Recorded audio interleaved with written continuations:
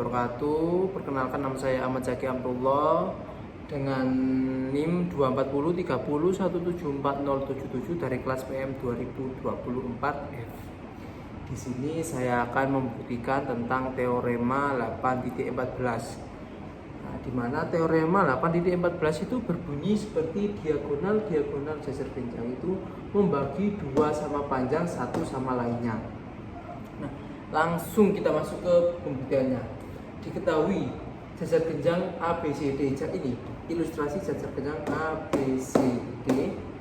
Nah, kita membuktikan bahwa AE sama dengan CE dan juga DE sama dengan BE. Pertama-tama, buat dua diagonal.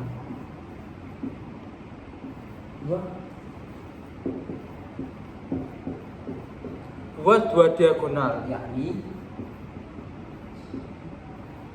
ruas garis AC dan juga ruas garis BD. Dibuat.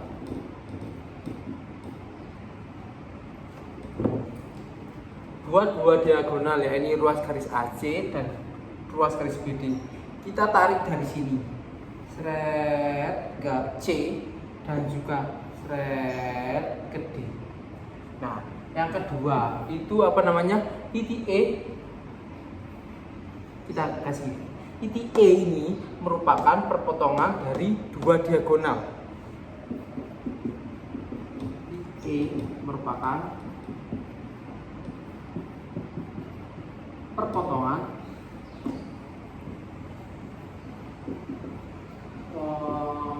dua diagonal. Titik E ini merupakan titik E merupakan perpotongan dua diagonal. Nah, ini titik E, perpotongan dari diagonal AC dan diagonal BD. Nah, masuk yang ketiga, yaitu sudut AED. Sudut AED ini kongruen dengan sudut BEC. Nah, AED ini kongruen dengan BEC karena apa? Sudut bertolak belakang.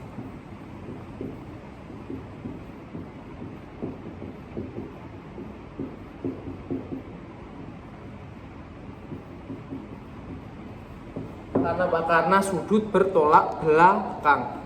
Di mana yang keempat yaitu AD ini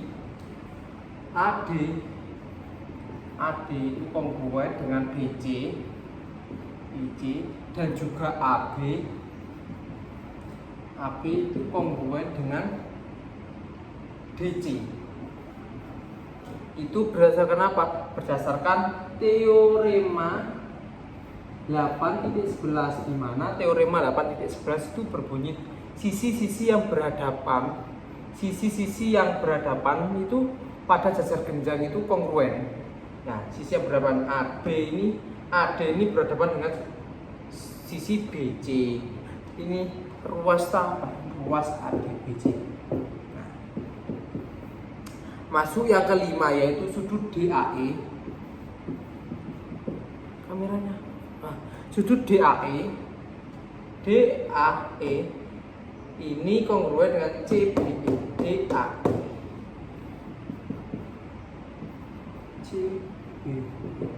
Karena apa? Karena teorema 8.5. CBE DAE itu kongruen dengan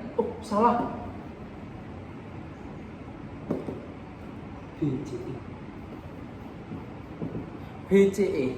Berdasarkan teorema 8, DAE ini kongruen dengan BCE berdasarkan teorema 8.5. Nah, masuk ke langkah yang keenam, yaitu segitiga ADE. Segitiga ADE ini kongruen dengan segitiga BCE. Kongruen dengan segitiga BCE. Sama saja BCE. Nah, segitiga BCE berdasarkan apa? Berdasarkan langkah 3, 4, 5. 3, 4, dan 5 Itu apa? Sudut sisi. Postulat Allah. Dan postulat sudut sisi. Karena apa? Karena postulat sudut sisi. Di mana dijawab AE, sudut E. Dan juga BI kan sama saja. Nah, sisi ADBC, AB dan juga DC itu kongruen sama saja.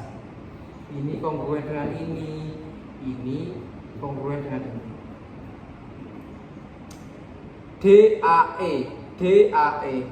Nah, DAE.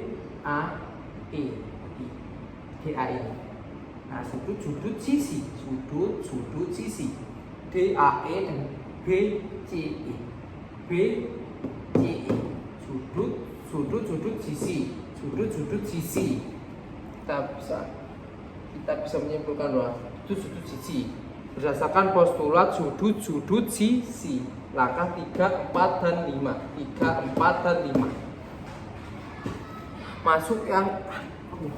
Masuk yang ke-7 yaitu AE kongruen dengan CE. AE itu kongruen dengan CE. Dan juga sebaliknya, AE ini kongruen dengan CE, BE juga kongruen dengan ED. BE ini juga kongruen dengan ED.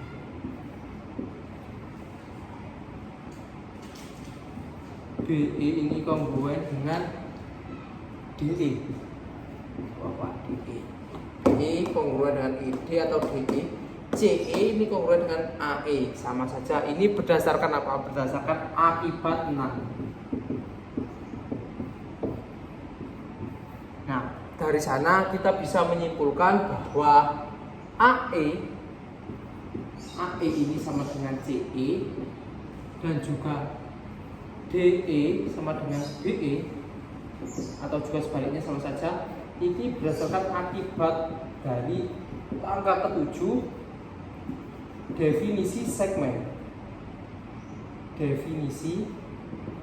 Definisi segmen kongruen.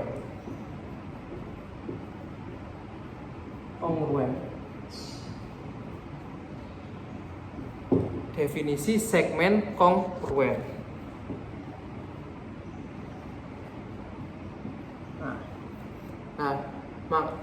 Dapat disimpulkan bahwa yang ke-8 ini ke-8.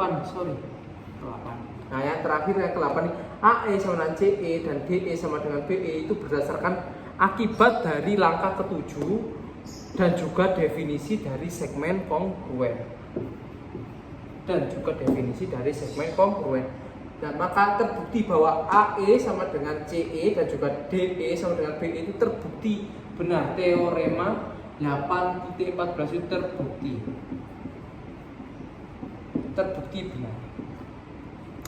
benar. Nah, dari sekian banyak mungkin saya ulas sekilas ya. Nah, dari sana ini jajar genjang awal mula kita membuat dua buah diagonal yaitu AC dan BD ini. Nah, titik E ini merupakan pusat perpotongannya. Nah,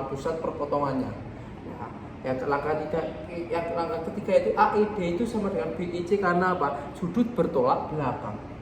Nah, makanya kita bisa menyebut AD, BC, DC dan juga AB ini adalah sisi-sisi yang sehadap pada jajar genjang itu kongruen berdasarkan teorema 8.11.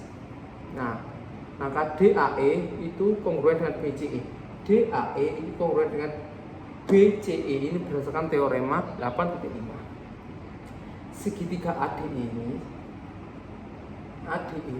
ini kongruen dengan BCE itu karena langkah 3, 4, 5 postulat sudut sisi. Nah, dari sana dua step terakhir yaitu kita menyimpulkan bahwa AE cross garis AE itu kongruen dengan CE dan juga cross garis BE kongruen dengan BE. AE ini kongruen dengan CE, BE ini kongruen dengan ED. Akibat dari langkah ke-6 tadi, Nah, langkah step terakhirnya yaitu AE sama dengan CE dan juga DE sama dengan BE. Karena apa? Karena akibat dari 7. Akibat dari 7 dan juga definisi dari segmen kekongruenan. Nah, dari sana akan terbukti bahwa teorema 8.4 ini terbukti ada diagonal sejajar genjang membagi 2 sama panjang 1 sama lain. Sekian dari saya, terima kasih. Wassalamualaikum warahmatullahi wabarakatuh.